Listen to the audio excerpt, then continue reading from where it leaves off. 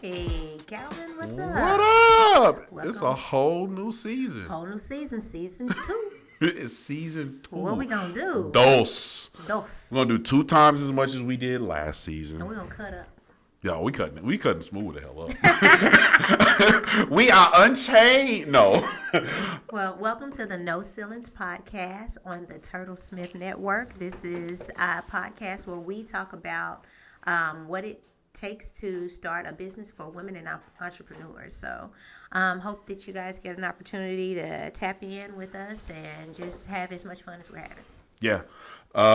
So as we see just kind of the whole landscape of things kind of unfolding in front of us, we have, we did the whole first season, how to start a business. Yep. I think what do we have, like 20, I don't know, I lost count. That's so many 27, times. I believe it's 27 steps total. Is it? Yes. Jeez. I mean, it's times 2 podcasts. Yep. Both, oh my God, 50-something. This is crazy. Yep.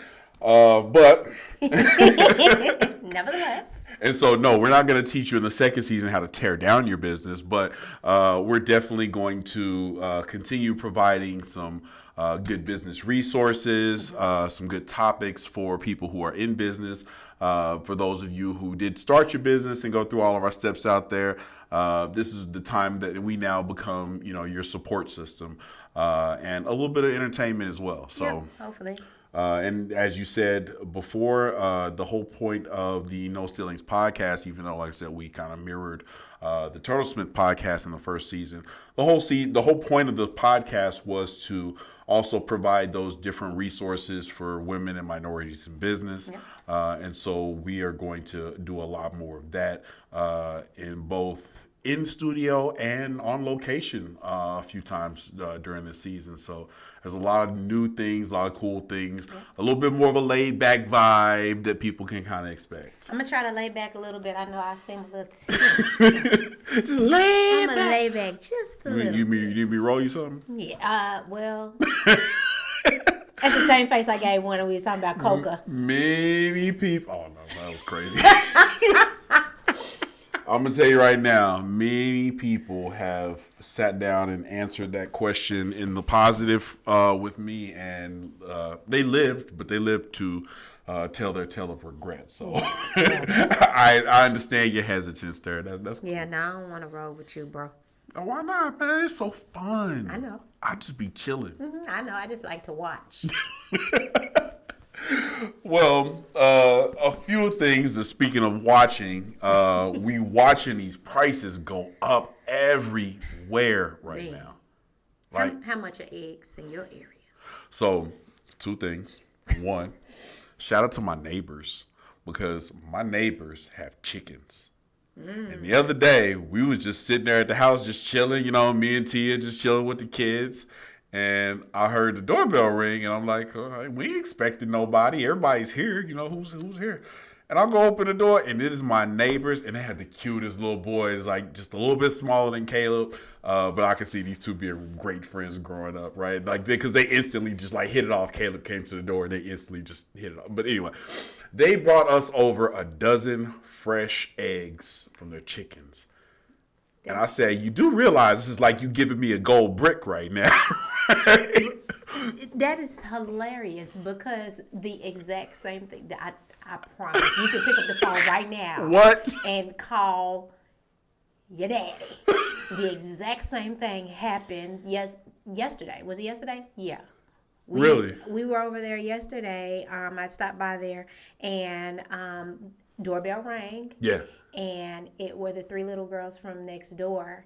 And I've never officially met them. Mm-hmm. And they came with eggs. The Lopez family, yes. Right? Yeah, okay. They came with eggs at the door. And the little girl says, and who are you? What's your name? I don't know you. I said, oh, she the ringleader. She the ringleader. She was like, oh, wait a minute. I always see them, but I don't know you. And they did the exact same thing. That's why that's crazy to me. That's why my face was like, what? Yeah. Yeah. So they have chickens too, and so they brought some. Me on the other hand, I don't have any neighbors that have any chickens. My problem is now I don't know how to reciprocate. Like eggs are worth so much right now. I don't know. Do I need to pay their kids way through college? Oh, I mean, like, is that the way to reciprocate that? Or you can give them $15. I don't know, because that's what I did. I went to Homeland and my eggs were $15, and I believe $15.89 for eggs. And so I don't have the luxury of having neighbors with chickens. I think the ones that I normally buy like that 18 pack of just, the large eggs, just the regular ones in a little carton. And I think those are up to like $10 or like $9 and some change before tax. It's definitely getting crazy. And I know it's, from what I understand, it has nothing to do with the supply chain, has nothing to do with inflation. It's just the fact that chickens is getting sick. It's that avian bird flu or whatever. Yeah. And so that's to me, that's a bigger concern because, I mean, now you're starting to talk about the safety of, not only the workers and, the supply chain people in there, but just also the general public. And we've seen a lot lately of, products being tainted, listeria concerns, and all this kind of stuff. It has just been more and more of that. It seems like the last few years. So, just that's adding another huge layer. Part of our food chain into just an unknown situation of when is this over? Yeah. Yeah, I mean, it makes you want to, if you don't know how to grow your own fruits and veggies, you want to grow your own. I mean, some people are, abstaining from meat and those different things like that, but it really does make you think about it and think about how the generations before us used to grow their own fruits and veggies and raise their own chickens and, cows and cattle and all of that. So maybe that's how I pay them back, because I did just go out and get some stuff the other day, just some wood and materials to build a few planter boxes so we can plant some of our own veggies and stuff in the backyard. Just get your regular stuff like your peppermint and your, what did I grab? I grabbed like peppermint and something else for like pest control, kind of hit the spiders and stuff away to kind of plant around the edges. Oh, I got plenty of that because I don't like them on my patio when I sit out there to watch. I should have just came over there and cloned some of yours. That's what I should have did. But I thought it would be a fun project for the kids as well, just to kind of, let them get their hands in the dirt a little bit, plant something and be able to kind of watch it grow. But then also those planter boxes, build some of those so they can stay stable, and we could put some veggies, some tomatoes and onions and all that kind of stuff back there as well. So just trying to get back to, because I mean, hey, you never know. I don't like to call people conspiracy theorists or whatever, but I'm gonna tell you what, them people that y'all was calling conspiracy theorists, them doomsday prepper people and stuff, they ready. Them folks, hey, they don't look so crazy now. No, they don't. They don't look so crazy now. I'm thinking I need to start picking up a little bit of what they putting down. You seen old boy Facebook dude Mark Zuckerberg? You see that big old bunker that he built? Yes, that's exactly what I was getting ready to talk about. They building bunkers. I gotta pull that up. Yep.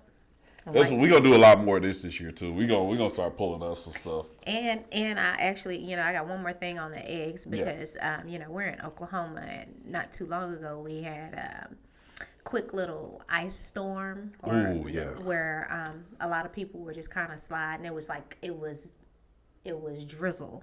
And in that drizzle, I think our egg prices might be a little bit higher than everybody else's because there was a 18-wheeler that overturned. Facts. That did happen. I remember that now. That was because I remember thinking about that. Like, we might not feel that now, but we're going to feel that in a couple of months. Yeah. And I actually went to my local neighborhood grocery store, which happens to be, the closest one to me is a Walmart. A little bit further, I get to a Crest, but if I just need to get something quick, I'll run to Walmart.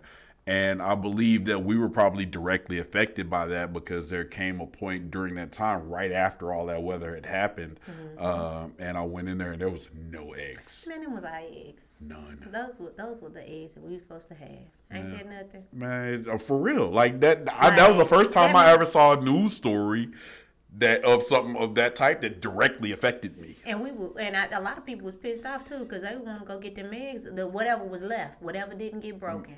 Man, I tell you, the only thing that had, I think there was, when I say the thing was bare, I mean normally because like at Walmart they keep the crates in there like to keep the eggs protected, and then you just have the things of eggs in the crates. Yes. There wasn't even no crates in there; it was just shelves. Yeah, that was probably y'all's. And there was one little 30-pack sitting all the way up in the corner. And I bet it was cracked. Oh, you know it was. You know what? You know no nobody good eggs asked me. in there. You was gonna buy that 30-pack and maybe get full. Like that was all you was getting out of there. So yeah, everybody passed on that, and that was just a day we just like, all right, cool. We ain't got no eggs. We make some pancakes or whatever, or something to make. Them pancakes and add water. And pancakes and just add a little bit of water, put a little cornstarch in there, something, hey, whatever. That's funny. But look at this place, man. This dude, he knows something we don't. Of course he does. What you need something like this for? That is not just like we in Oklahoma, and so we're used to having storm shelters, right? Yes. Mm-hmm. And so that's not, a storm shelter, you look down in it, it's nothing to be proud about. I mean, it's if you fancy if you got some packs of bottled water and the little benches to sit on down there. You got a fancy storm room at that point. You want to hurry up and get out. You want to hurry up and get out as fast as possible. You could live in this thing as your primary residence and be completely comfortable. Yo, bro got a whole computer, he got a computer room back there. Right. Like, I mean, a control center, like, how many rooms is that? It's like one big old one around the back there, because that's got to connect to something, right? 1, 2, 3, 4, 5, 6, 7, and then another story down here. Layer. Yeah, a whole nother layer and all. Like, why? What are you doing, or what do you know is coming that this is what you felt was necessary to be the next? Or do you just have so much money and you just bought so many things that this was just another thing to buy for you? Well, he's not the only one. There are other celebrities that are doing the exact same thing. Tell me about it. Okay. And so I right off the top of my head, this was a conversation that we had some months back. There are several different celebrities that are trying to build these bunkers. And I want to know why. But I also don't want to know why. And that's the thing is I do want to know why, because I want to know if this is one of those things where you remember we I'm not going to date us, but we was around for the Y2K thing. Yes. And you remember how crazy people were going during the Y2K thing, right? Party and all it this was out of time. it was starting at like, I want to say 96, 97 or so, and we started kind of hearing little traces about it in the news. Yeah. But people were doing the same thing. They were building like bunkers. They were saying the whole world's going to shut down because they said the computers that were programmed were never programmed to go roll over to the year 2000. And so that everything at midnight on, December 31st, 99, it was going to roll over, and then all the systems were going to mess up and everything was going to shut down. We were all basically just going to be in the dark. Remember that? That's what they said. And then midnight came and we was all just chilling. We was the same at 12:01 as we was at 11:59. That's crazy. So you gotta wonder. And so I'm thinking, you know what I'm thinking? I'm thinking they said we got that asteroid or whatever that's supposed to pass real close to Earth in like the next couple of years, and it's got the highest percentage chance of making contact of anything that we've observed, since we've been able to observe stuff, I guess. Yeah. And so maybe some of these people are thinking that that's going to happen, but I'm thinking to myself, if something hit the Earth just like that, it was dinosaurs underground that died too, right? Exactly. What you think that bunker gonna do when something is hitting the Earth? That's gonna be felt throughout the whole Earth. You think that's gonna save you? No, probably not. I don't think so. No.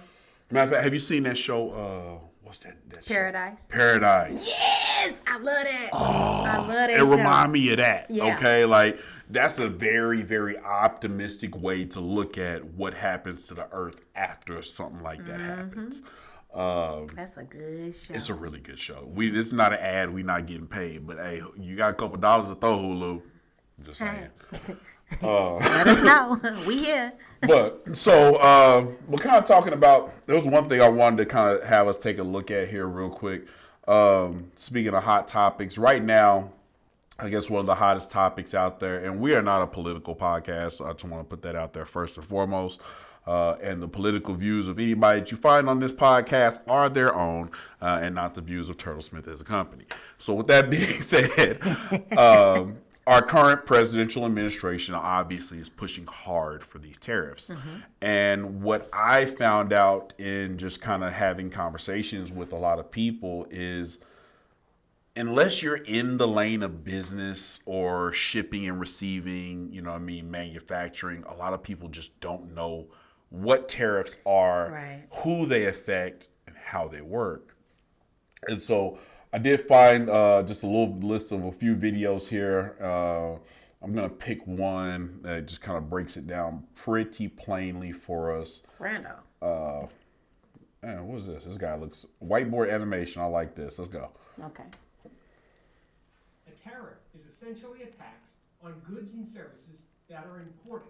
The purpose of a tariff is generally to protect the product or service that is domestically produced. Here are the basics of how a tariff might work. Let's imagine that country A produces widgets, and country B produces similar widgets. Country B is able to produce their widgets for $10 each, while in country A it costs them $14 to produce their widgets. Well, in an effort to get more business, the manufacturers in country B decide to sell their widgets in country A for just $13 a widget. As you can imagine, this isn't good for the manufacturers in country A. Now they can't sell their widgets for a profit. Well, business begins to slow for the manufacturers in country A, and because business is slowing, they must let go of some of their workers. Well, the government in country A doesn't like this, so they decide to impose a tariff on all widgets that are imported into country A from country B. They are going to charge $5 per widget to all imports. Well, now the manufacturers in country A are thrilled. They can sell their widgets for, let's say, $15 a widget, and the competitors in country B can't beat their price. So that is essentially how a tariff works. Now the real question is this good or bad?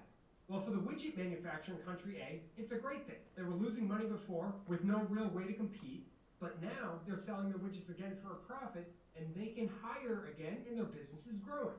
So what about potential negatives? Well, one potential negative is retaliation by country B.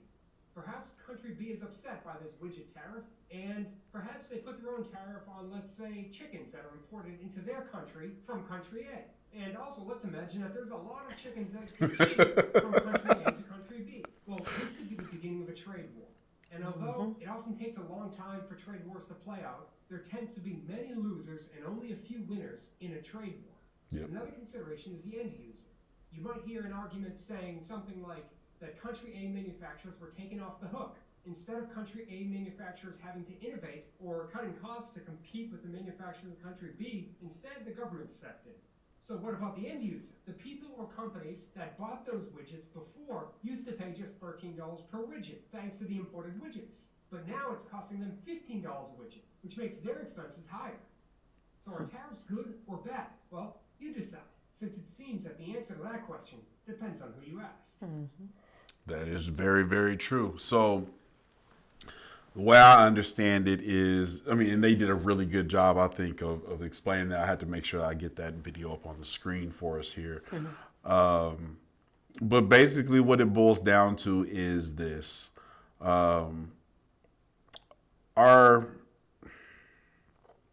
American economy is one that takes in a lot more imports than we export. And so to say that, and I've heard the argument that the tariffs won't affect the average person, because what it will do is exactly how, what they just explained, that, we'll be able to bring up and actually let our own manufacturing compete, right? We take in a lot of stuff from China. We take a lot of stuff in, and that's due to our own fault. We weren't forced to take it in. It's just the American business model is buy low, sell high, and so when you're manufacturing, it's the same thing. Manufacture cheap, sell for market value, and in between all of there covers your operating expenses, your profit, and your dividends for shareholders, whatever, depending on the size of the company and all that kind of stuff. That's where all of that lies, is in between what it costs me to make it and what I sell it for, right? So in that sense, then a lot of those companies, they're not really going to be affected to the point of what I think a lot of the doomsday kind of economists and things have projected, or just the people who are more partisan on the issue, because it is a political issue. But the problem for me is, if we start down this path and we escalate these things, like they said, who wins in a trade war? Very few, very few people. With the consumers probably losing the most. I've got kids. I've got older kids. I've got younger kids. Yes, you know what I mean? And it's already tough enough for me to imagine. I know what it takes to make $1. Yes. And I know how many dollars it takes to maintain a household. And I know that sometimes during the year, those times are really great and plentiful. And then I know that sometimes of the year, it's almost like somebody ain't getting paid this month because I got to pay somebody else. Exactly. Right?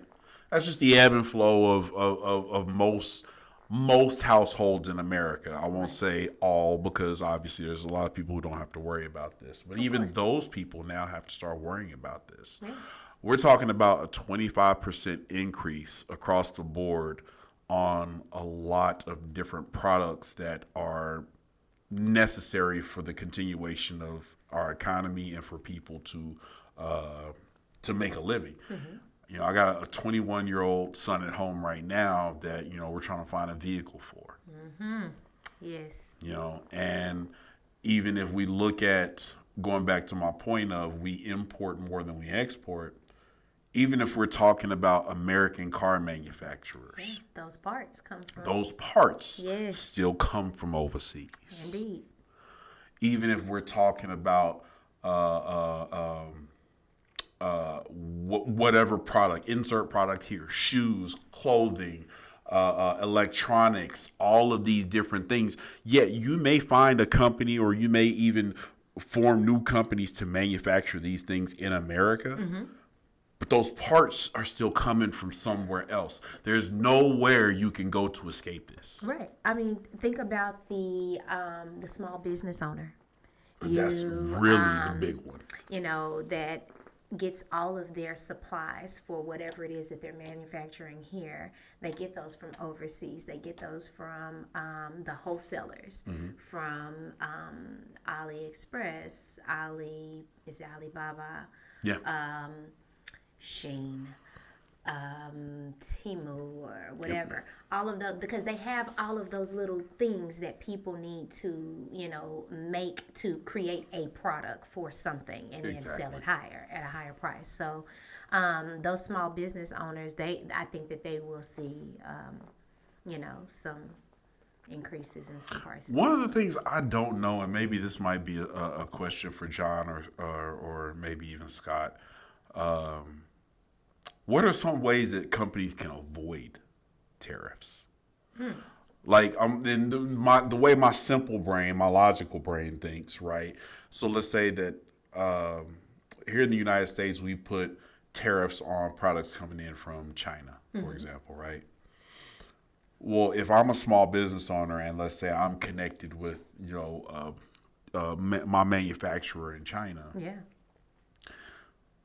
Can I hit up my manufacturer in China and say, hey, could you send this to Taiwan? And then I got somebody in Taiwan that's going to send it to me.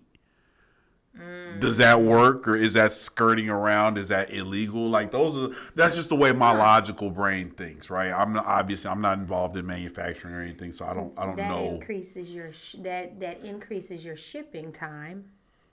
It does, but if I'm just on a constant replenish, there's like a constant order, then I mean, what I have like a couple of weeks where I might get a little bit of low inventory, but after that, it's kind of business as usual. Okay. And what I'm thinking about that is I'm thinking about like, because if we want to bring back manufacturing to the U.S., we're going to need raw materials. Raw materials being things like wood, steel, things that we currently import that we could have here. But if I'm paying an extra 25% on it coming in from somewhere else when we have it right here, but if I go to whatever company is here and their prices are 33% higher than even what it is with the 25%, right? Mm-hmm. And so what incentive do I then have as a business owner or as a manufacturer to buy American, even if now I'm still dealing with, after paying a 25% tariff, you're still 8% higher than what I'd be paying. So that 8%, I'm still saving that by not going with an American. So who at that point is being benefited, because I still probably had to lay off workers to cover the increased costs. My business probably slowed down a little bit because of the increased costs. I drove by a neighborhood the other day. It's kind of going up right around the corner from our neighborhood, a neighborhood that was going up very fast. It's slow now. I ain't seen a worker in weeks. That's crazy.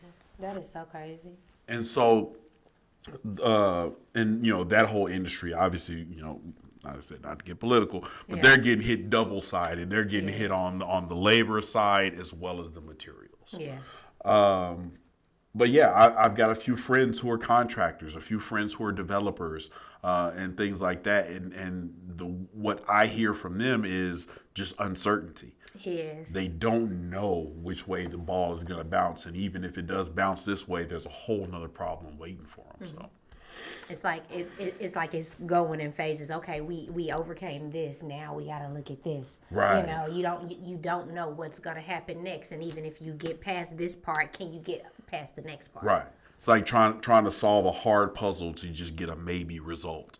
Yeah. After that. And so but I mean, there are things that a lot of people can do in some of these things to kind of protect themselves, or at least to lessen the blow. I've looked at a few things, and one of the coolest concepts that I thought of was people just kind of, if you have a group of people that you're close friends with, or whatever, and things like that.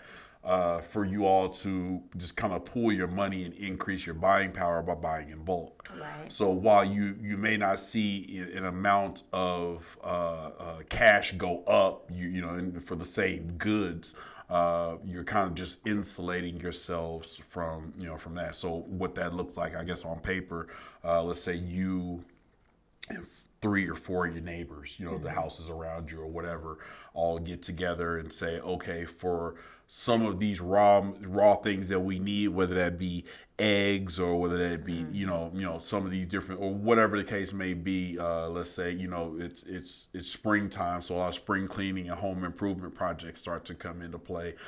So maybe me and the other 4 guys around right around me, we all decide, all right, hey, we're just gonna go in together and go to a local guy and buy a pallet of wood. Yeah. You know what I mean, as opposed to just going to Home Depot and getting a few planks here and there. I may not have an immediate need for them right now, but we know we're gonna blow through all this and we're gonna use this in whatever projects we're doing around our home this year. So what I mean, then it makes a little bit more sense. Gotta start talking. Yeah, if you have the ability to do that, it could be with friends, neighbors, family, or just your friend groups or whatever the case may be. If you all have some common things that are going to be affected by these tariffs, then maybe look at pooling resources and buying in bulk, so that the savings don't amount to very much as what they normally would have, but you may save enough to avoid feeling that price increase at the register.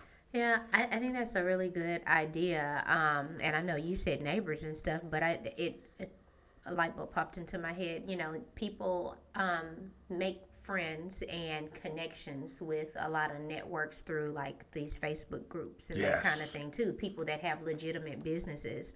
And so maybe it's time, if you've built a network with them and you trust them, then you all could have that conversation as well. So I mean, it can be as easy as and it can be as easy as doing something like this, but don't sit on just that.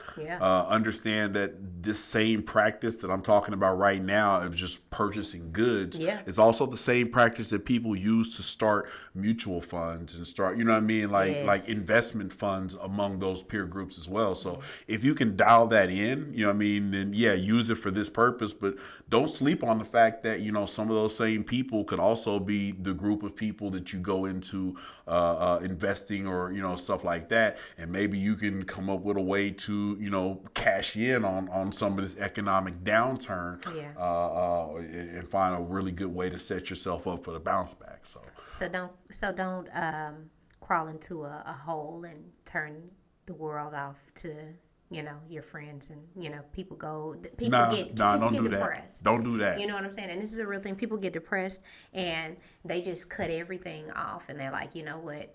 This is too much. I can't deal with it. And they just stop talking to everybody around them. I've never been a fan of that because I've done it before, right? I've been there. I think most of us have. And what I found was that in those times, nothing was getting done. Right? Especially if it's like a venture that I'm in of my own, like most of our audience of small business owners is, it's the one luxury that you lose becoming an entrepreneur, is that day that you don't work is that day that you don't eat. Yeah, that's right. You know, and you really got to get up and sing for your supper every day until you're established enough that your company is running itself and you have enough employees that, hey, I can step away for a week or two and go on vacation, or, you know, I can step out and take care of a sick family member or something like that, and everything continues to run. Until you get to that point, then it's sink or swim every single day. It's not the time to cower. We've got to communicate and work together. Got to, and I found that in my time and just in life in general. Forget business, just in life in general. When I closed myself up, nothing got done, and when I finally came out of that closure, that problem was still facing me. Yeah. And sometimes it got worse. True that. Sometimes it got worse. It didn't go away. And so, but then the other side of that was, I feel proud today that I found the power of resolve in navigating those situations. And so now it's almost like I look for it. I ain't out here looking for trouble. I ain't out here looking for a hard time. But if it comes to me, I'm facing it head on with enthusiasm, because now I found a different part of me that is stimulated by working through a problem. Right. You know, and now I do it to a point where I don't even realize I'm doing it sometimes. Right. And it's still a good feeling, you know, all the way through. I did it yesterday. Matter of fact, yesterday, none of this almost happened today, because yesterday and the day before, I was having so many problems with Adobe, right? And the thing that threw me off was I said, okay, I'm having problems here at the office, so let me just take my hard drive. I'm going to go home. If this computer is tripping right now, then I know my computer at home is fine, right? And I get home, still the same problem. And I'm like, okay, this shit's tripping. I didn't do this. This has got to be on them, right? Come in the next day, and I even told my wife when I was leaving, I said, well, I'm going to the office, but if my computer's still messing up, I might be coming home to work from home. She's like, all right. You know, she's like, hey, don't threaten me with a good time. Right. But, and so when I got here, I was like, you know what? This shit ain't going to defeat me. If I got to strip everything down off this computer and reload it back up to fix whatever the problem is that I can't identify, because I've gone through message boards, I've gone through troubleshooting, I've gone through diagnosis and repair, and nothing worked. Man, don't you know I went through there, I stripped everything. I stripped every file that started with an A on that computer was coming out. I sure did. And I got rid of everything. And then what ended up happening was, when the folks sold us the computer, and I guess it's a common thing, it was it was a custom build, right? We paid like $4,000 or something for this computer. Right. Completely custom built all the way top to bottom for everything that I needed for what I needed it for. Right. Except for they never installed a full version of Windows. Oh my Lord. So I called them yesterday, and they remembered. They looked up, they had the account and all that stuff there, and they say, "Oh no, looks like that's exactly what happened."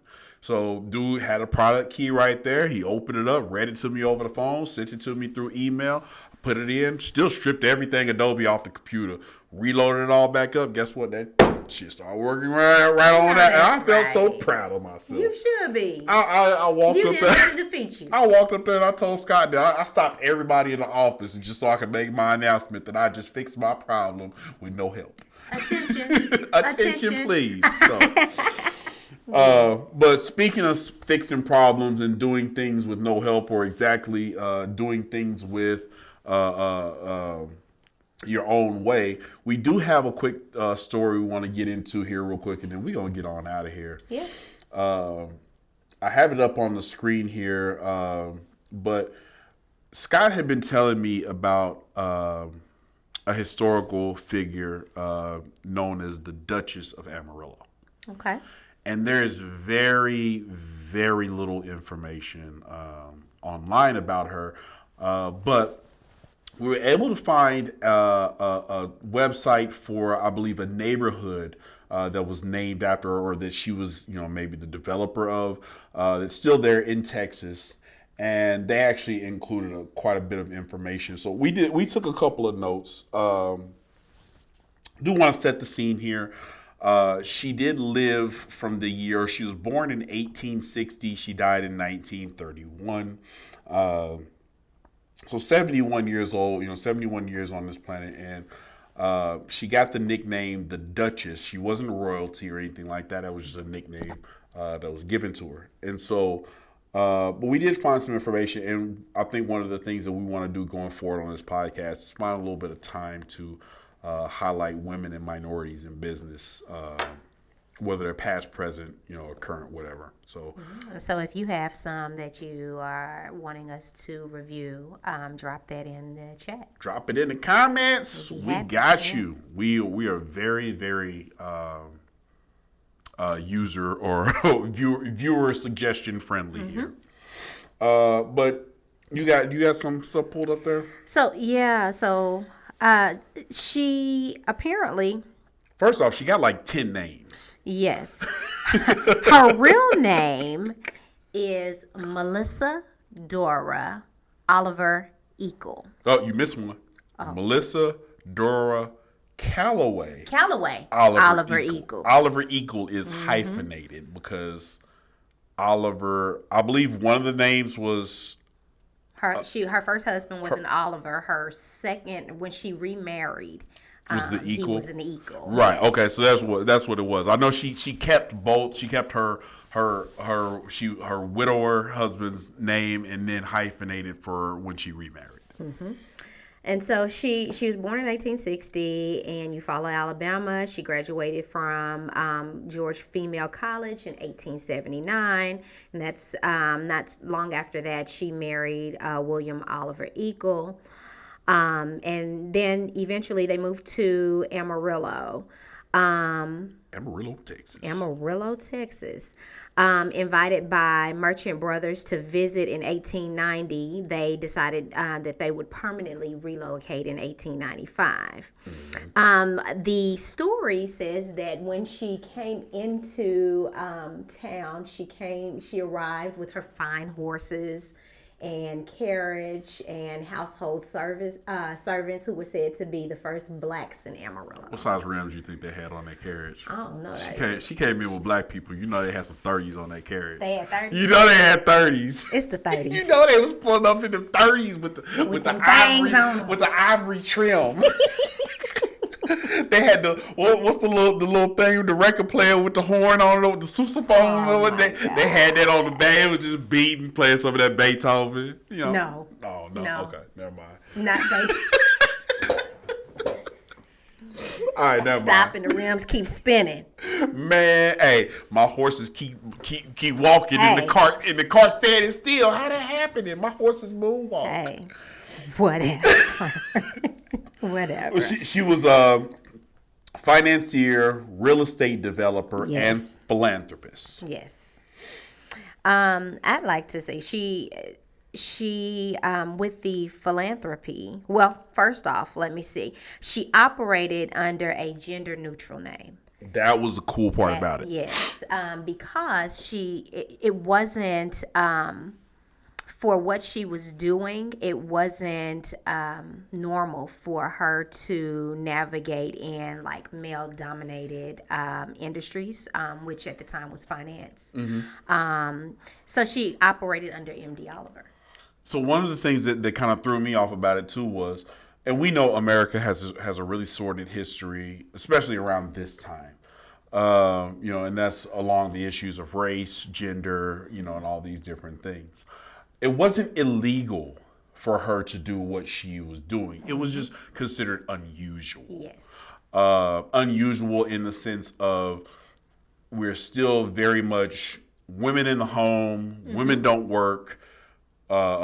Women shouldn't be sitting at the same table in business as men during this time. Having discussions with men, negotiating deals. That didn't come until, I think a good 15 plus years after her death, when women were actually forced into the workforce to supplement for the men who had left and gone to World War II. Correct.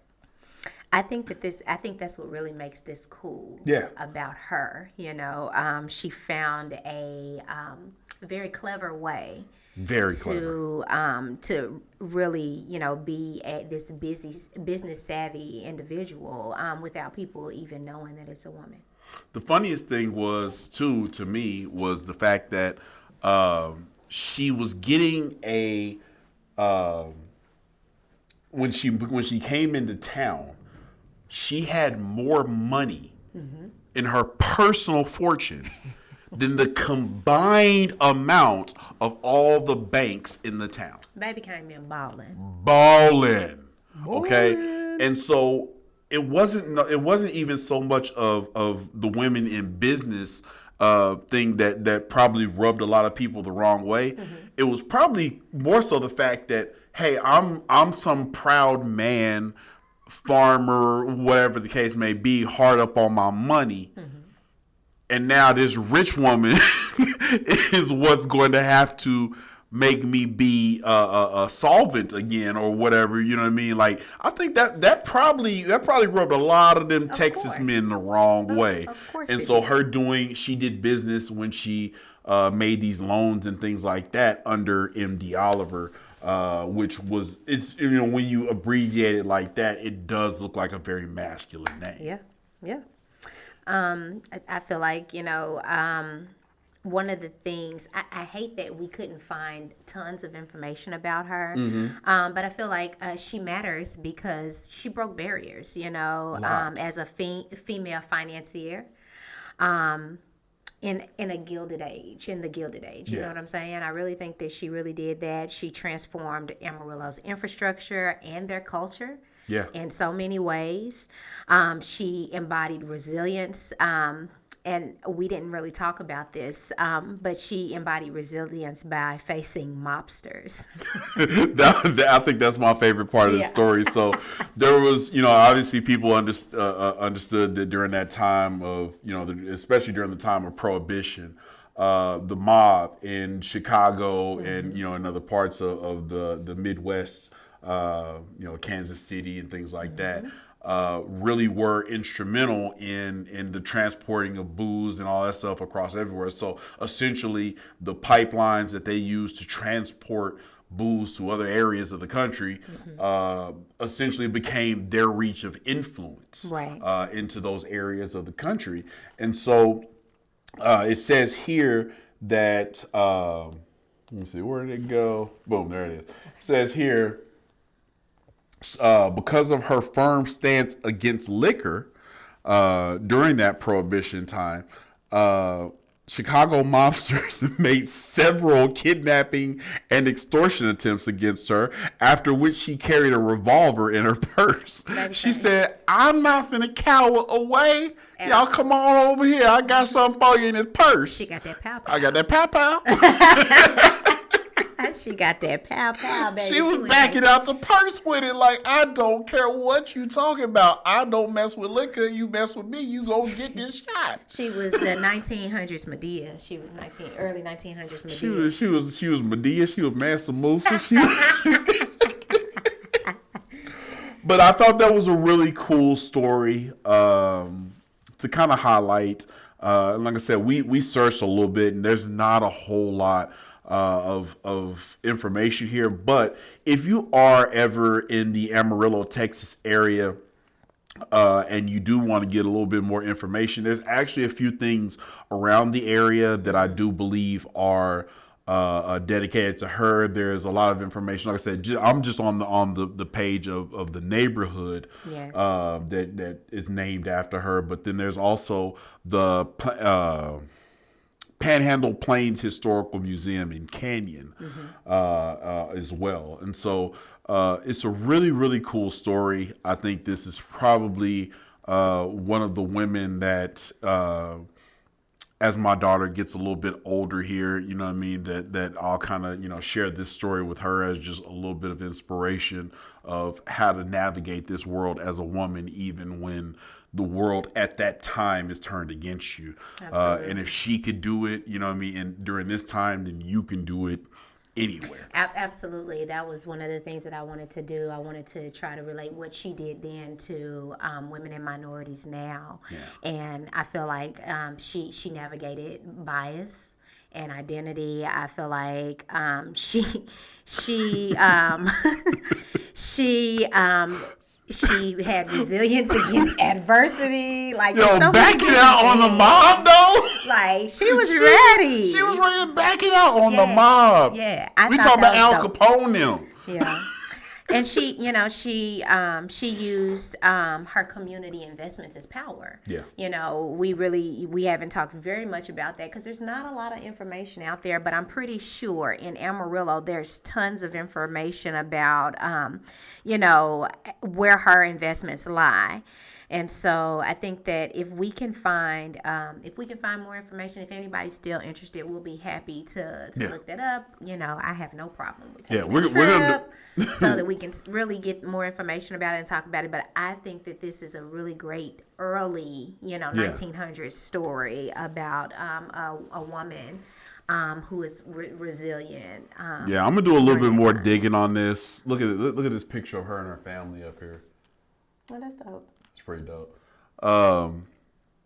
But yeah, I will do a little bit more digging on this and come back with an update in a later episode. But I thought she's probably what the 1900s baddie. Okay. She got them crazy eyes though. Them eyes look kind of. That's where that pow pow come from. Yeah, them eyes look like they're kind of pierced through your soul or whatever. I was always told you don't never want to make enemies of a woman with crazy eyes. You or don't. like Prince, don't look into his eyes. Remember they used to say that. Don't look into. Don't look at. Who was that that said that? I think wasn't it Dave Chappelle? Dave Chappelle, yeah. Don't look into his eyes. Oh man! Shout out to Prince. R.I.P. to a legend. Absolutely. But that's all I got for this week. That was dope. Yeah, I liked it. We'll be back with more, and we'll be trying out some new stuff with this new format. Can't wait to start getting some guests in here. Yeah. You won't always see me sitting here. You will see, us having guests. You'll see some of the more other familiar faces that you're coming to know on the network. Maybe John sitting here, maybe Scott sitting here.